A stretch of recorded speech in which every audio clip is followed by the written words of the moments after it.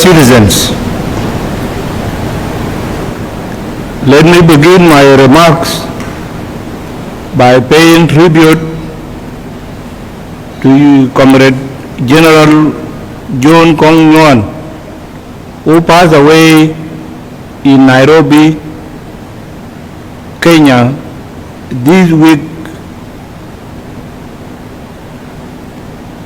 General Kong was a selfless nationalist and dedicated to the liberation war. He is a hero who worked relentlessly for the attainment of our freedom. On behalf of the government of South Sudan, I would like to once again convey my deepest condolences to his family, his colleagues in the liberation struggle, and those who are affected by his death. We will always remember this great son of South Sudan for eternity. Fellow citizens, today we close the year 2022 and will be welcoming 2023 in few hours to come. As we reflect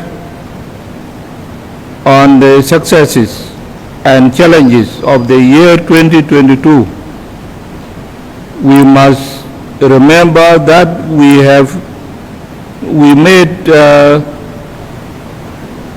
some achievements because we had political will and the same spirit. Find solutions to socio-economic and political challenges that awaits us in 2023. More importantly, we must learn from our mistakes in 2022 as we usher in the new year.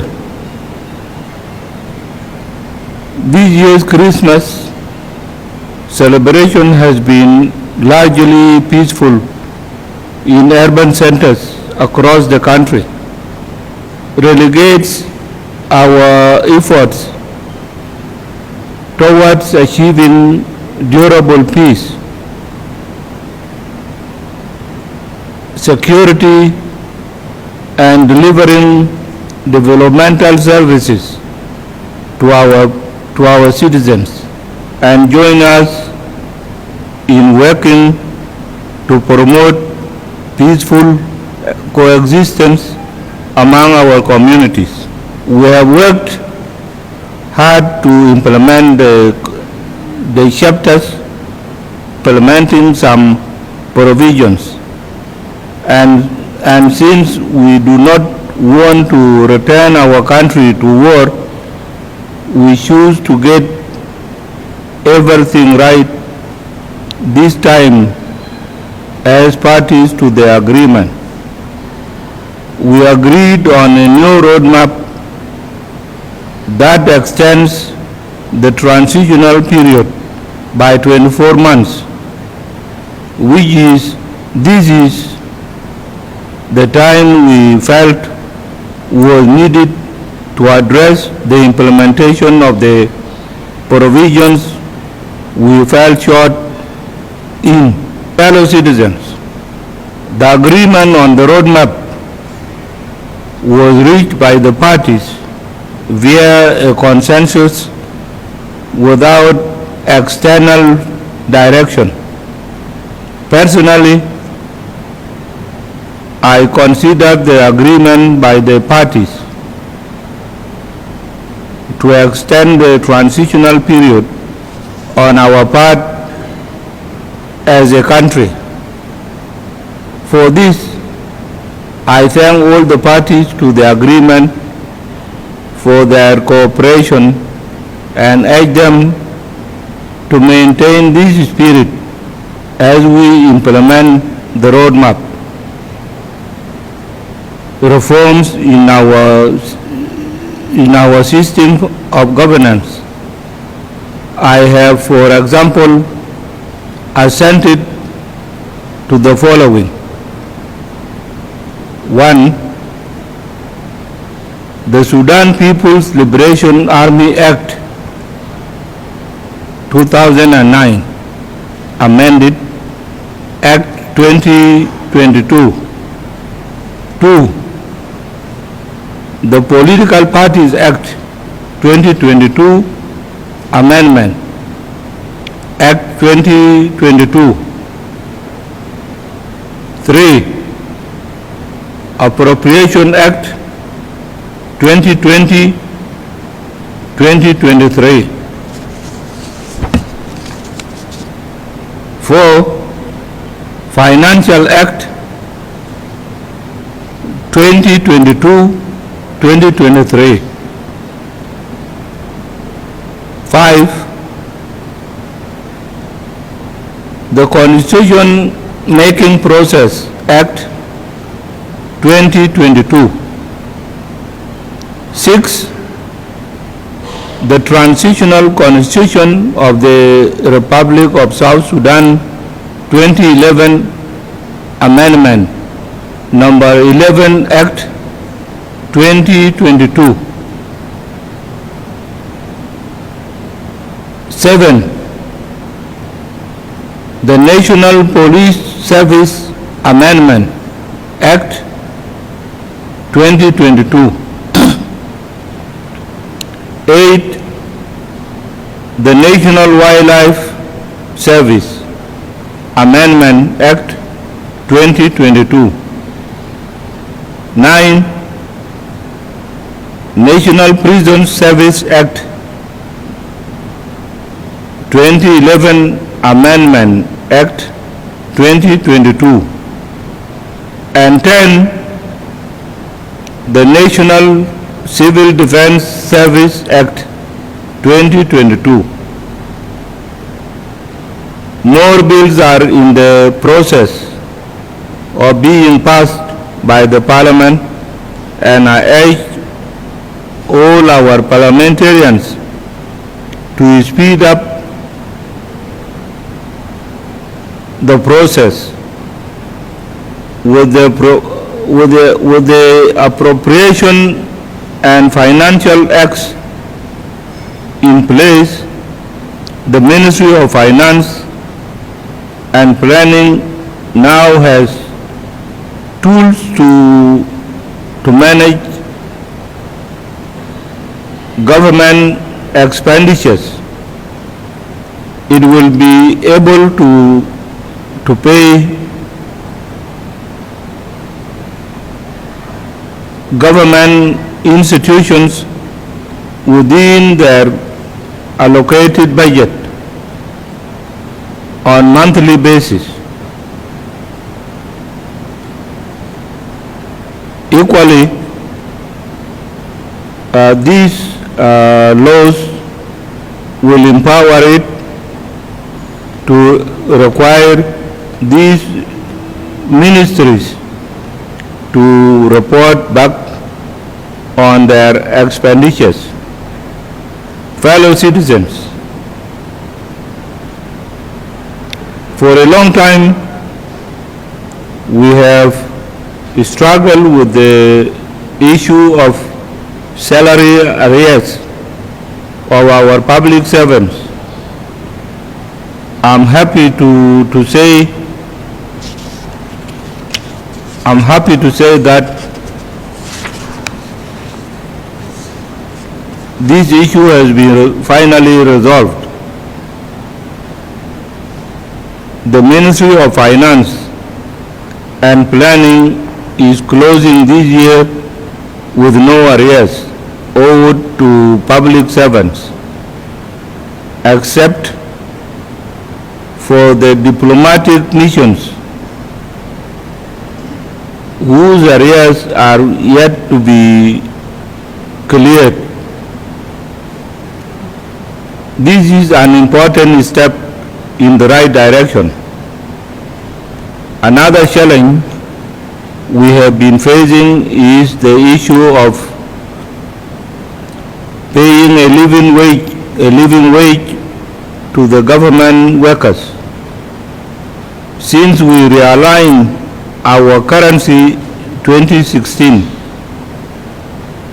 the civil servants' salaries have been consistently outpaced by inflation, and the war-induced economic hardships did not allow us to correct this problem.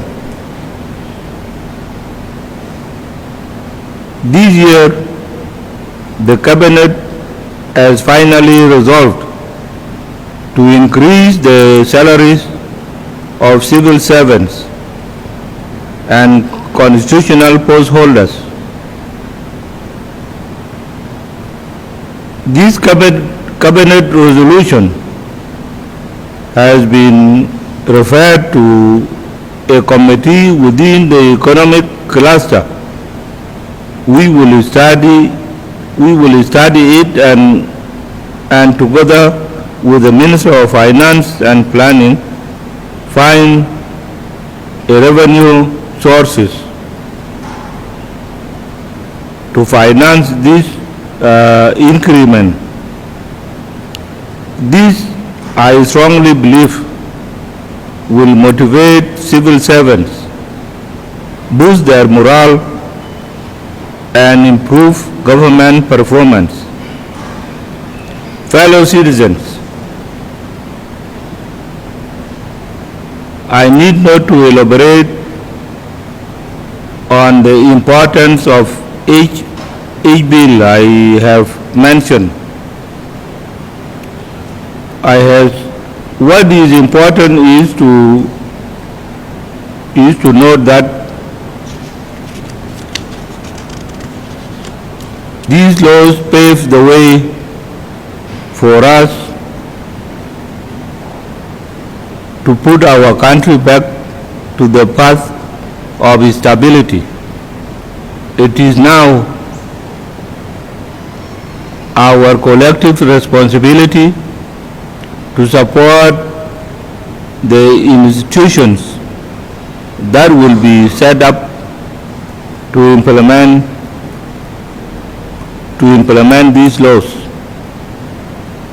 For example, the work to set up Constitutional Development Committee, CDC, that will draft permanent constitution and must begin now. This committee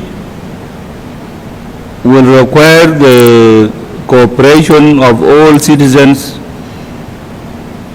to share their views on what they would want to see reflected in their supreme law.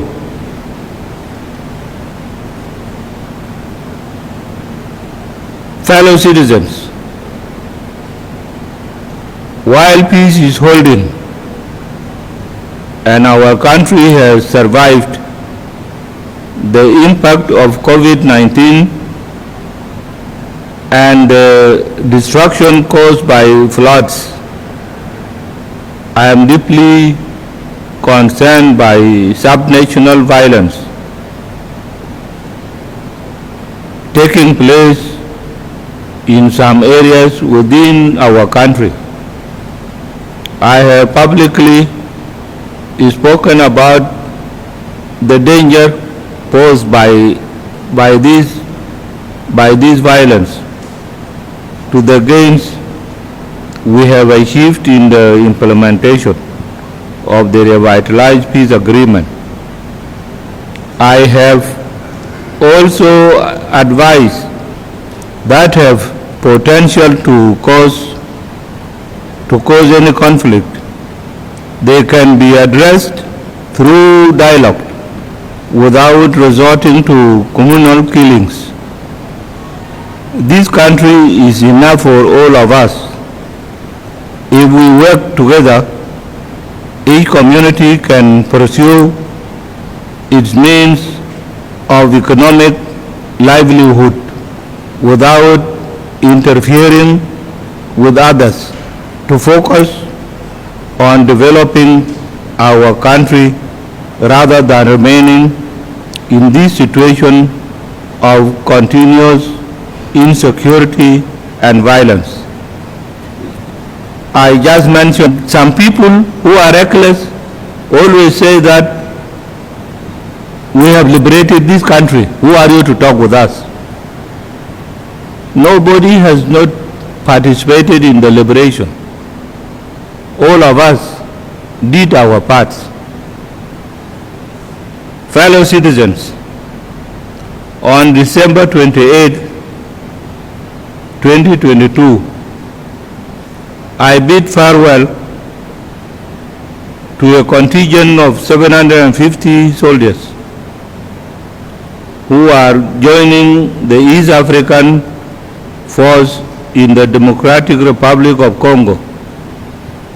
These troops are part of our regional contribution to the East Africa community efforts to stabilize Congo. This contribution does not negate that fact that we have challenges in our home. At South Sudan, as a country must move forward by doing its part among its peers.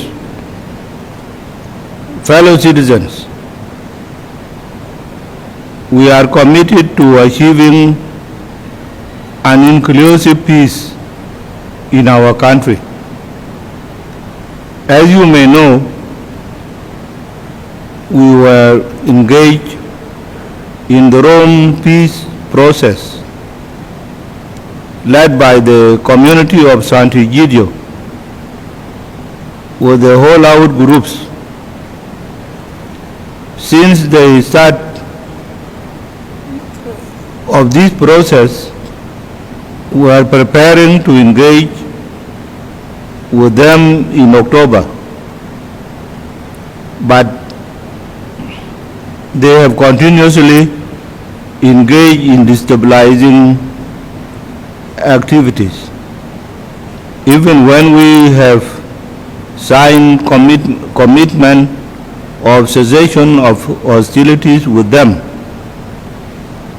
given that this group has not shown seriousness in the Rome process, I suspended the talks with them until that time when they are ready to hold talks, genuine talks with the government.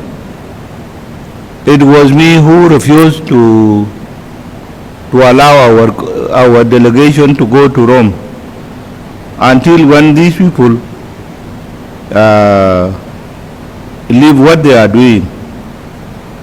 In my brief remarks on December 25, 2022, during Christmas prayers in the Catholic Cathedral in Qatar, I declared the coming year as the year of reconciliation, forgiveness, and development. And in that, I also added that I have forgiven Riek Machar. I would like to repeat again in this address that 2023 is the year of forgiveness, reconciliation, and development, and urge all of you to work to achieve them in this coming year.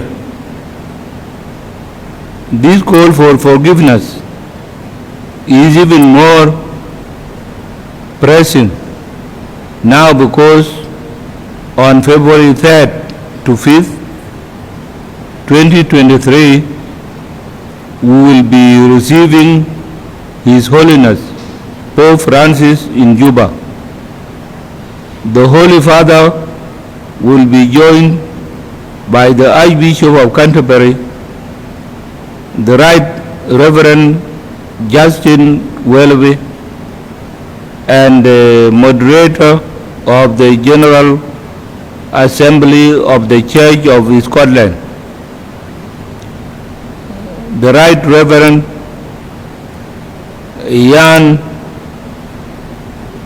Greenshields. We are honored to have this first and its kind trip by leaders of churches to our country. It has never happened that these three groups move together, but they have decided that they will come to South Sudan together. When the Pope sent Cardinal Pietro Parolin to Juba in July this year, his main message to us was to fully implement the revitalized peace agreement and to give peace and reconciliation a chance.